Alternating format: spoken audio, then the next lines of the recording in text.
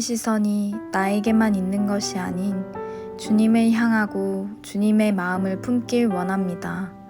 그렇게 오늘 하루도 그리스도인으로 담대하게 살아가길 원합니다. 다 함께 사도신경으로 우리의 신앙을 고백하겠습니다. 전능하사 천지를 만드신 하나님 아버지를 내가 믿사오며 그 외아들 우리 주 예수 그리스도를 믿사오니 이는 성령으로 잉태하사 동정녀 마리아에게 나시고 본디오 빌라도에게 고난을 받으사 십자가에 못 박혀 죽으시고 장사한 지 사흘 만에 죽은 자 가운데서 다시 살아나시며 하늘에 오르사 전능하신 하나님 우편에 앉아 계시다가 저리로서 산 자와 죽은 자를 심판하러 오시리라. 성령을 믿사오며 거룩한 공회와 성도가 서로 교통하는 것과 죄를 사하여 주시는 것과 몸이 다시 사는 것과 영원히 사는 것을 믿사옵나이다. 아멘.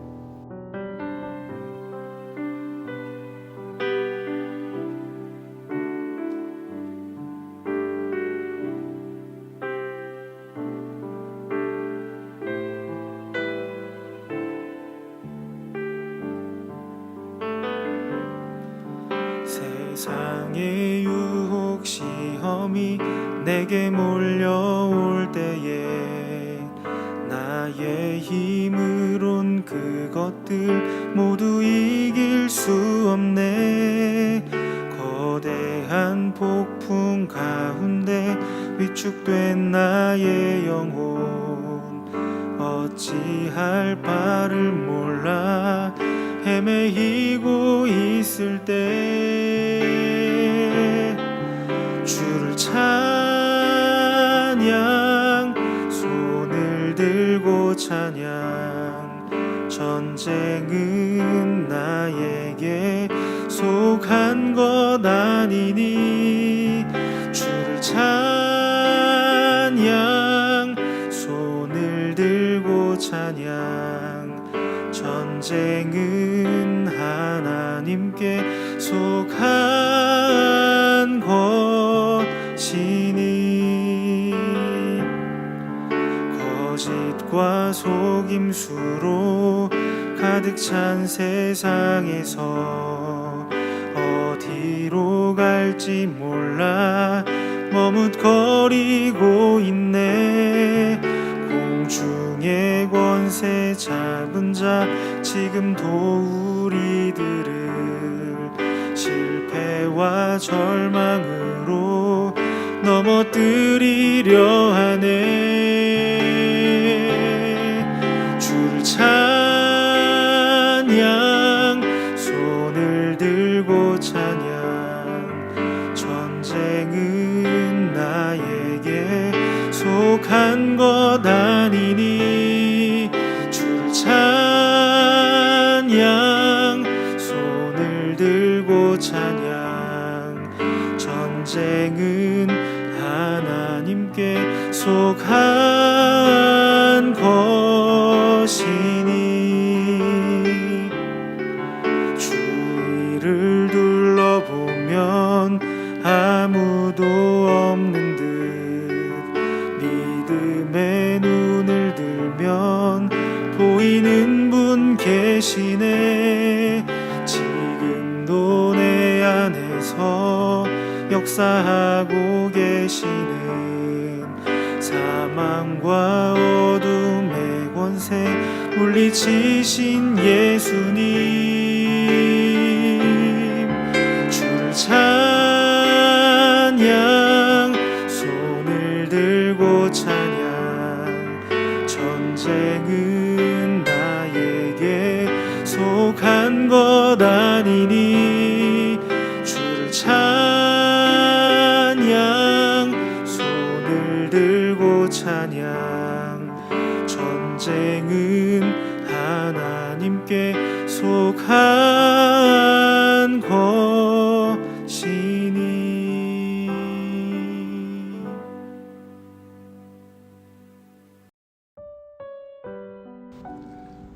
오늘 우리가 함께 나눌 말씀은 예레미야 23장 16절에서 22절입니다.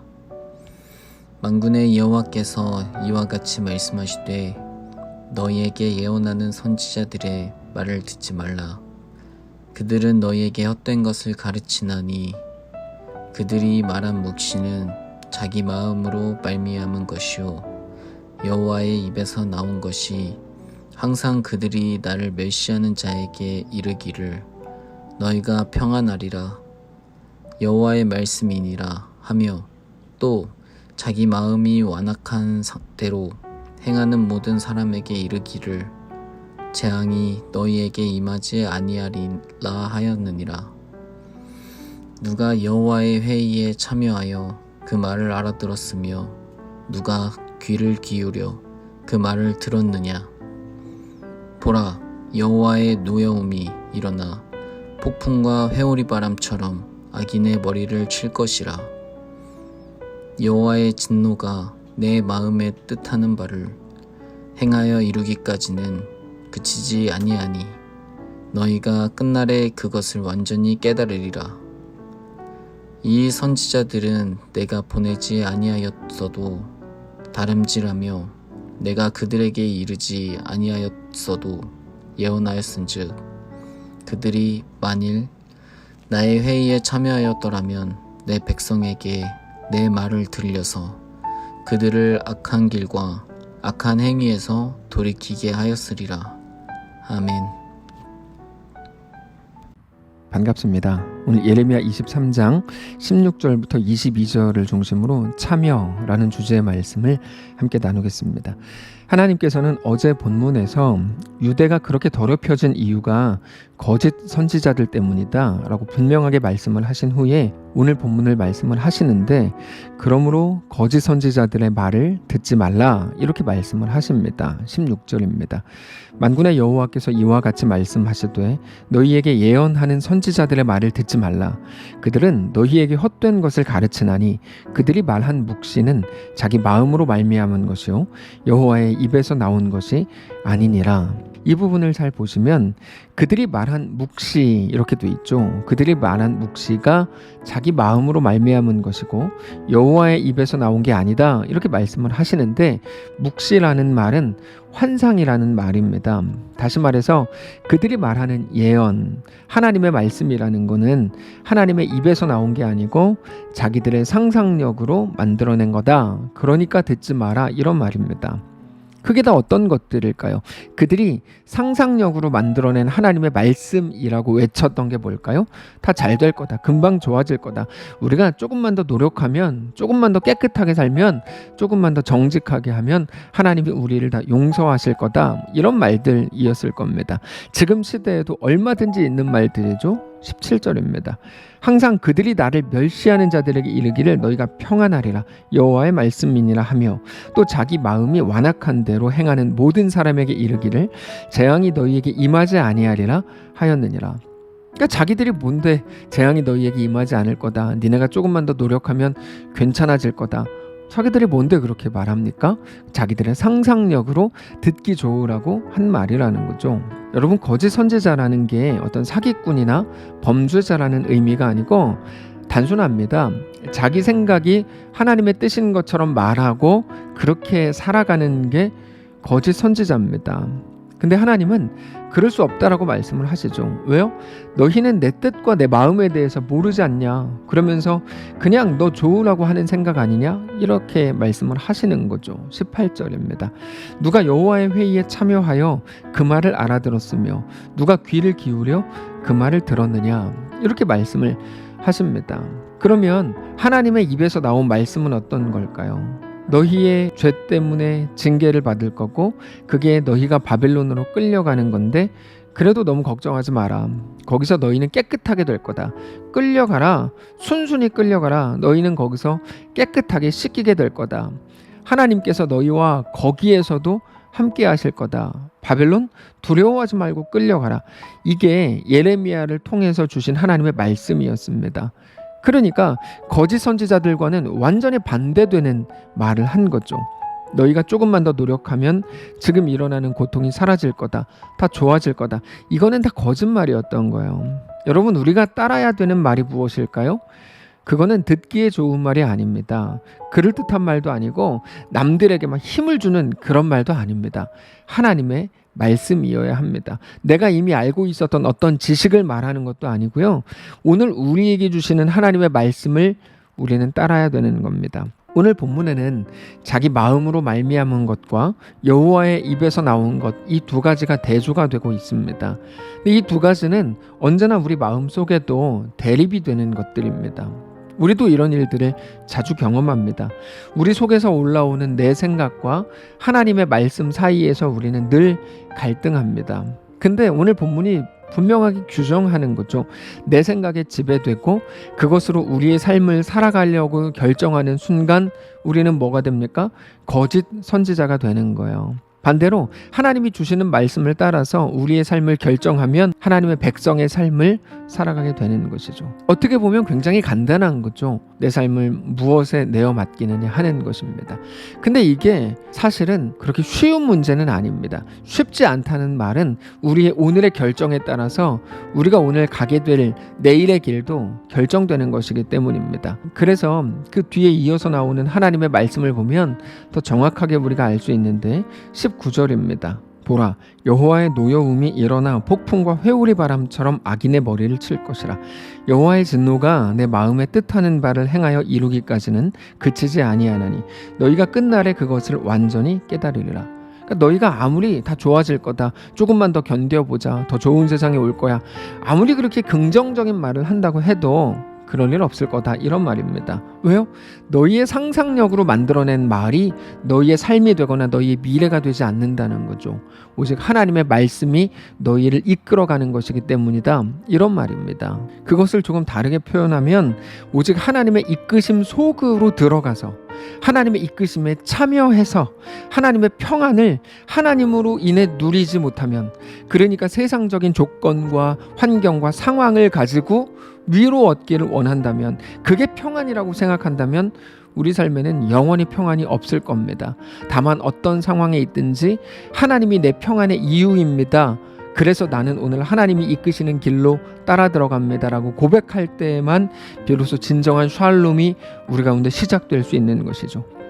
그것 없이 아무리 니네가 좋은 생각을 한다 그러고 좋아질 거라고 말을 한다고 해도 다 소용없다는 겁니다. 결국에 우리의 평안이라는 게 무엇일까요?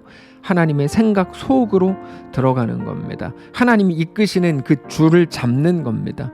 우리 현실 속에서 우리의 주인이신 하나님을 믿음으로 바라보는 겁니다. 그러면 좋아질 거야가 아니고 그게 우리가 살 수 있는 유일한 길이라는 거예요. 21절을 보십시오. 이 선지자들은 내가 보내지 아니하였어도 다름질하며 내가 그들에게 이르지 아니하였어도 예언하였은즉 그들이 만일 나의 회의에 참여하였더라면 내 백성에게 내 말을 들려서 그들을 악한 길과 악한 행위에서 돌이키게 하였으리라. 오히려 다 잘 될 거야, 괜찮아, 좋아질 거야 라는 말 때문에 그들은 정신 차리지 못했다는 거죠. 정말 자기가 잘하는 줄 알았다는 거예요. 근데 그들이 했어야 되는 건 뭡니까? 그 삶을 돌이켜 하나님께로 향하는 거였죠. 자, 여기에 나오는 그들이 만일 나의 회의에 참여하였더라면, 이게 핵심입니다. 우리가 어떻게 하나님의 회의에 참여합니까? 언제 몇 시에 하는지도 모르는데 어떻게 참석합니까? 그런 말이 아닙니다. 하나님의 마음을 알고 하나님의 이끄심, 하나님의 일정표를 알고 들어가야 된다는 거죠. 하나님이 나를 이끌어 가시는 분인 것을 믿고 내 삶으로 들어가야 된다는 거예요. 우리의 지금의 현실도 이끄시는 분이 오직 하나님이신 것을 알아야 된다는 겁니다. 그게 우리가 살 유일한 방법이라는 겁니다. 저는 오늘 우리가 이 말씀을 온전히 정말로 붙들게 되시기를 원합니다. 여러분, 우리의 가장 큰 문제는 우리 자신으로 우리의 삶을 꽉 채운다는 겁니다. 내 옳고 그름이 다 정해져 있어요. 누구도 거기에 침투하지 못합니다. 그게 뭐라 그랬죠? 완악함, 완고함이라고 말씀드렸는데요. 그거는 야, 저 사람 진짜 뭐 성격 뚜렷해, 이런 말이 아니에요. 그거는 굉장히 위험한 겁니다. 차라리 팔랑귀가 되십시오. 차라리 뒤통수를 맞으시고요, 손해를 보십시오. 그게 하나님을 따르는 연습이 될 수 있다면 그렇게 하십시오. 세상에서 너무 똑똑하게 살지 마시고 세상에서 너무 손해 안 보고 살 생각 하지 마십시오. 그거는 하나님의 백성의 삶이 절대로 아닙니다. 하나님의 백성의 삶은 조금 세상에서 어리숙해 보이는 겁니다. 그러나 왜 그렇게 할 수 있는 겁니까? 하나님의 이끄심이 무엇인지 우리는 매일같이 연습하는 것이기 때문입니다.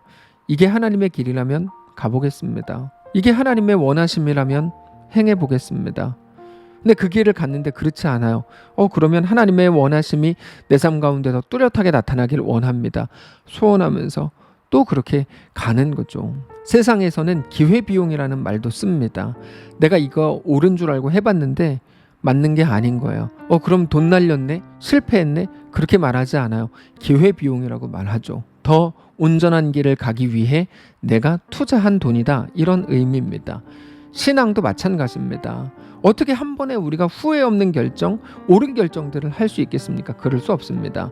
다만 우리가 오늘 내가 하나님이 원하시는 것 같은 결정을 해보겠습니다라고 우리 삶을 하나님을 향하여 나아가는 거죠. 하나님은 우리의 완전함을 기대하시는 게 아니라 우리 삶의 방향과 소속을 원하시는 거거든요. 오늘 본문이 그것을 이야기하는 겁니다.